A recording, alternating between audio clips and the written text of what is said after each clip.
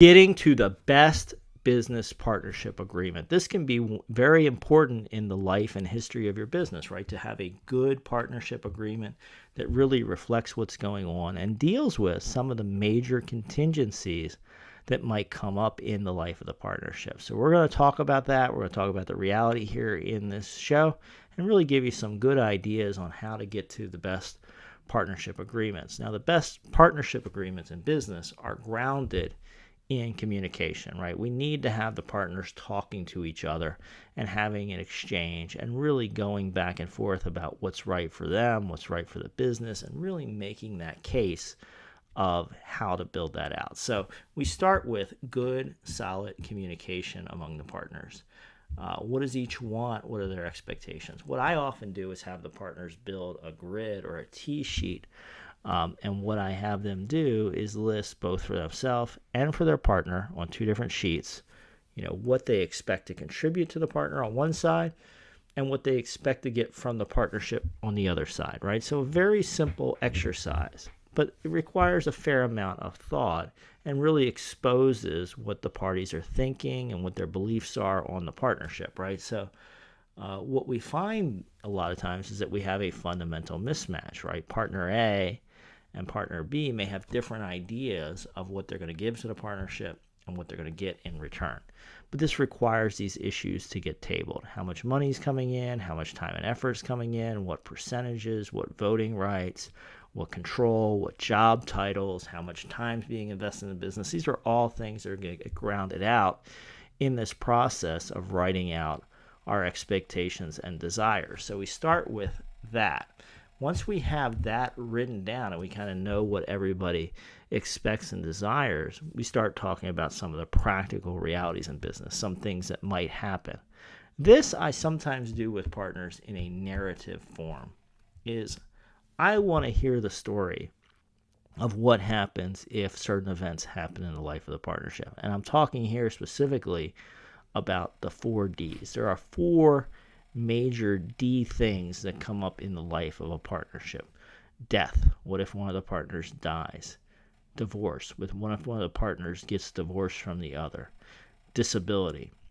What if a partner's unable to come to work? Or disagreement. What if the partners disagree about the future of business and where things are going? Now, for me personally, I think of profit distribution and division of profits as part of the disagreement process. Some people may view that as being a separate or 5th D because it is quite an important one. So you have all of these 4 Ds around the business, and we really want to build a story about what's going to happen. Now, before we can build that final partnership agreement that's really going to be good for the partners, we've got to now go in and address each of these stories and make sure that we have the same ideas of what's going to happen in the event of one of these 4 Ds. Now, fast forward, most of these are going to trigger a rearrangement of the partnership of some sort, right? So if you have partners right now and something major changes in the business, what you're generally going to do is rearrange the partnership. So if somebody dies, what does that rearrangement look like? Let's say we have 2 partners at 50-50. If one of them dies, does the business go to their spouse? Does it go to their children? And then what does the other partner do? A lot of times, business partner A does not want to be in business with the spouse or children of business partner B. And so we start building provisions in there that deal with the situation. We may perhaps even bring in an insurance policy that kicks in the event of a death. That provides a lot of liquidity. A lot of times what we see that people want is if you have a partnership between A and B, it's usually our desire that if either A or B dies, that the other one takes over the business partnership at that point and goes forward. But the problem is for most businesses is you can't just do that because the business has accumulated value and there's expenses associated with that and there needs to be cash outflows.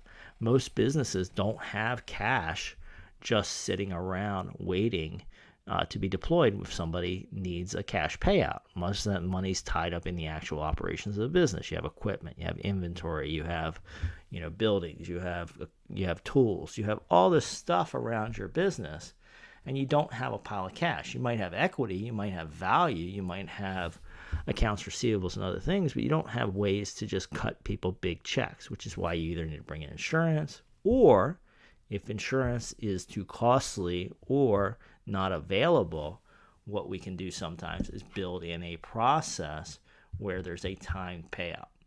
The time to negotiate all this, obviously, is before or during the life of the partnership, not after the partners get in a disagreement. Once the partners start to disagree, a lot of these planning tools go off the table, right? It's no longer easy to sit down and have a conversation about the future of the business once the partners start disagreeing about where the business is now, what the value is.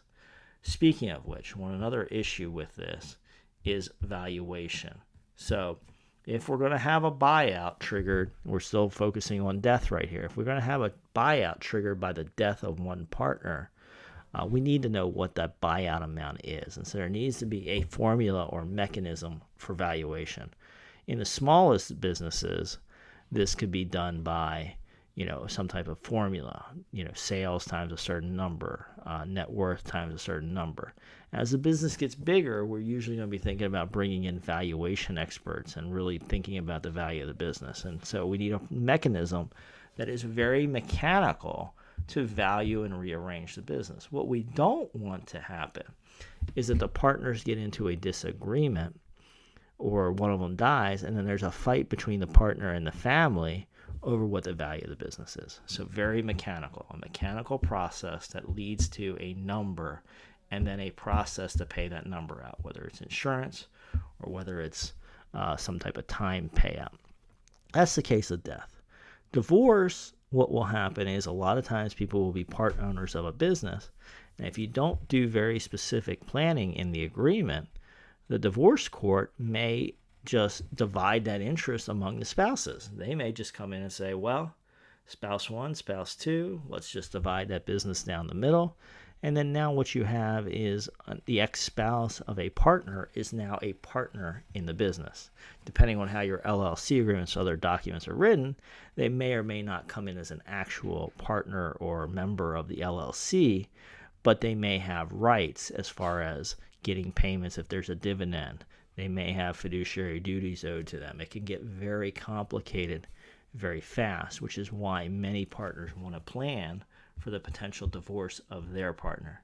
Now, of course, this gets a little bit awkward at home for the partners that need to go back to their spouses and talk about signing some type of agreement about their business interests in the event of divorce. But what I remind my clients, and what seems to work well, is to have a conversation with the spouse about the fact that it's not the one partner who's asking for it, it's the other partner, right? So, the concern is if you have partner A and partner B, the divorce of partner B is not about partner B protecting themselves vis-a-vis their spouse.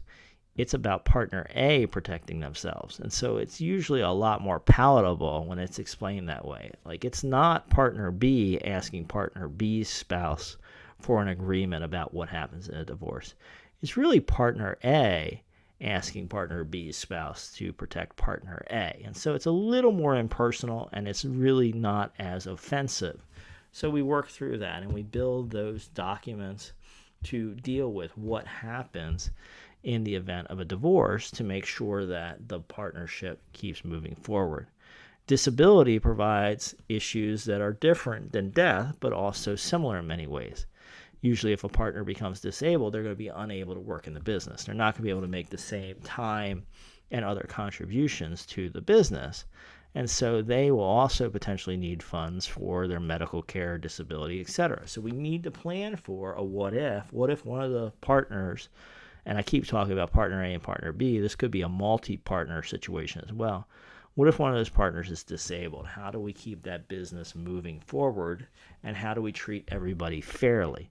And again, this is one of them deals where you can agree up front and do a lot less work. If you're already in the situation, it becomes very hard to get to an agreement, and you might be in a situation where you have to go to court, which can be very costly and very uncertain. So we want to talk about that disability issue up front. And then the fourth D is disagreement. And this is one that a lot of partners don't want to deal with in the life of their partnership and when they're forming it, because usually everything's happy, everybody thinks everything's going to go great, the partnership's going to go gangbusters, and everybody's going to be super happy. The problem is, in the real world, a lot of times there are issues where things come up unexpectedly. The business is growing, and one of the partners wants to take it one direction, the other partner wants to take it the other direction, and so they are planning now for what happens in that disagreement. What we don't want is a deadlock. If we have a possibility where half the owners could vote one way, half the owners could vote the other way, we've got a real problem. So we need to put a provision in there that deals with that. And the worst case scenario is we either bring in a third person to break the deadlock, or we do some type of buy-sell provision between the partners. All of these questions and answers, work through them with your attorney. This is why you want to bring in an experienced person who can ask you these questions, who can formulate answers, who can get things documented, get it down on paper. It will really make a big difference. Build that document from the beginning. A lot of protection comes from having a good partnership agreement at the beginning. You need these agreements in place before problems happen. If you wait till after problems happen, again, agreement is very difficult. If you have questions or comments, suggestions for future videos, drop them below. Don't put anything confidential. Other people could see your comments here on the channel, so I don't want you putting anything there that would reveal anything you have going on in your business. Just keep it very general, very light. But if you're a new subscriber, say hi. Let me know you're a new subscriber. And if you've been around for a while, say hi. And either of you, whichever category you fit in, please let me know if you have suggestions for future videos or topics, because I always love to hear those. I'll see you for another video soon. I hope you guys check out our library of past videos.